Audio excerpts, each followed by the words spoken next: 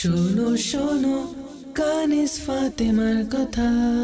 আসুন কানিস ফাতেমার সাথে কিছু কথা বলি। আসসালামু আলাইকুম ওয়া রাহমাতুল্লাহি ওয়া বারাকাতুহু। ওয়া আলাইকুম আসসালাম ওয়া রাহমাতুল্লাহি ওয়া বারাকাতুহু। কেমন আছেন কানিস ফাতেমা? আলহামদুলিল্লাহি রাব্বিল আলামিন আলা কুল্লি হাল। আর আপনি? আলহামদুলিল্লাহি রাব্বিল আলামিন আলা কুল্লি হাল। আজ আমাদের বিষয় হচ্ছে হাসি অর্থাৎ স্মাইল। হাসা তো ভালো কাজ, কিন্তু আপনি আমাকে বলুন মুচকি হাসি দ্বারা উদ্দেশ্য কি? মুচকি হাসি হলো আওয়াজ না করে কিছুটা হাসা, এভাবে।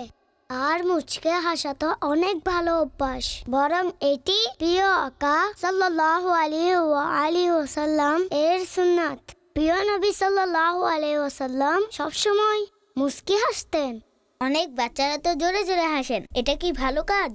আওয়াজ করে হাসা, যা অন্য লোকেরাও শুনতে পায়, এটাকে অট্টহাসি আর ইংরেজিতে লাফিং বলা হয়। এটা ভালো নয়, কেননা এটাকে শয়তান পছন্দ করে। বরং মুচকি হাসাই ভালো কাজ। আচ্ছা কানিস ফাতিমা, যদি কাউকে স্মাইল করতে দেখি তখন কি পড়তে হবে? কাউকে মুচকি হাসতে দেখলে এই দোয়া পড়ুন, আদহাকাল্লাহু সিন্নাক, অর্থাৎ আল্লাহ তাআলা আপনাকে সবসময় মুচকি হাসিতে রাখুন। শোনো শোনো কানিস ফাতেমার কথা।